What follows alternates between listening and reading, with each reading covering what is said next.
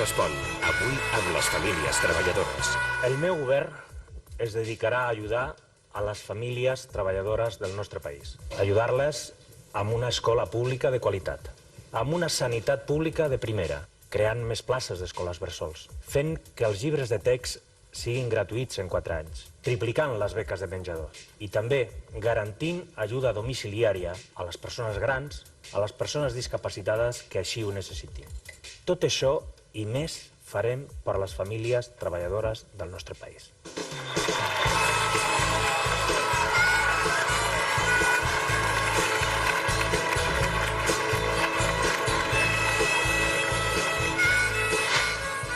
Montilla, president, ningú no farà més pels catalans.